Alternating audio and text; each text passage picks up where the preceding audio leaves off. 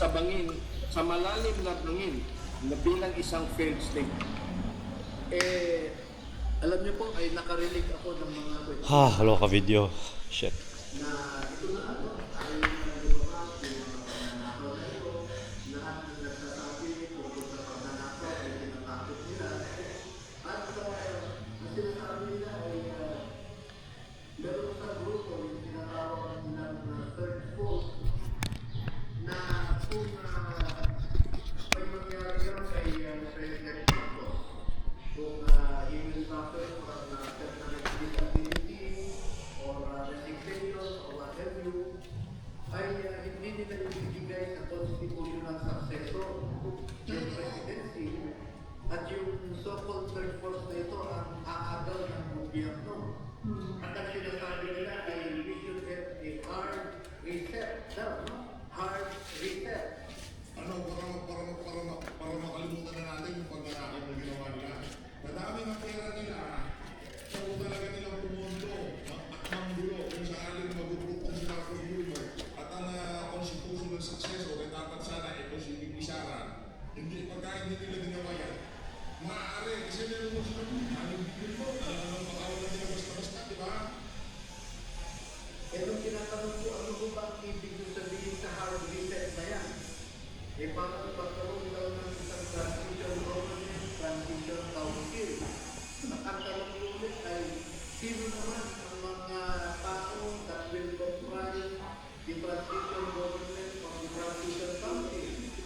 Ito, sinagat ito. Parang nakapasa po ako ng 41 na pangalan doon. Kaya sabi ko, ibig nyo magsabihin, tayo na rin na lang ang pumili ng mga tao na magpapatakbo ng ating gobyerno without the consent of the majority of the Filipinos.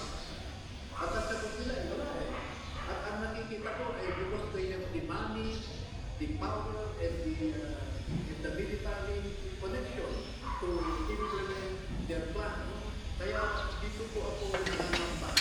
Kaya sabi ko nga ay maging vigilant dapat ang ating mga kababayan. At yung plano nilang ibaliwala yung Constitution dahil ayaw nila yung constitutional successor. At ayaw nila ang magsimulan ko tayo magkama-sama sa transportation. We can bring on to the constitutional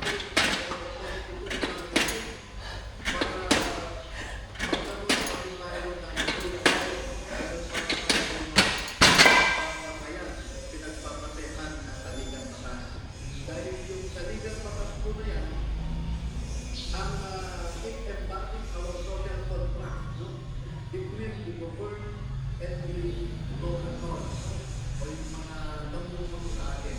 Kung bago mo na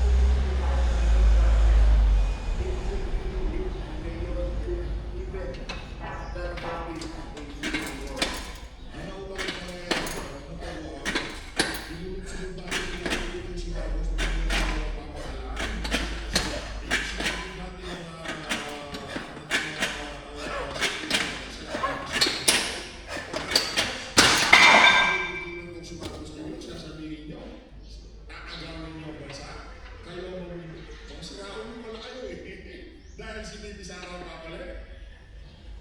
Ayusin mo na yung impeachment para ko sa akin, hindi kayo maggulo para doon sa mga kung sino man ang technicals na to. Mga walang nangyari magkakagulo ang Pilipinas pagkakataon.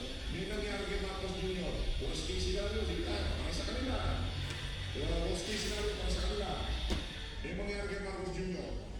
Ngayon, ayaw nila ibigay kay Vice President sa amin na magkakagulo, hindi sigurado. Anak ng tawa, anong sundin natin na sa akin, yung inulong natin dito, sundin natin sa akin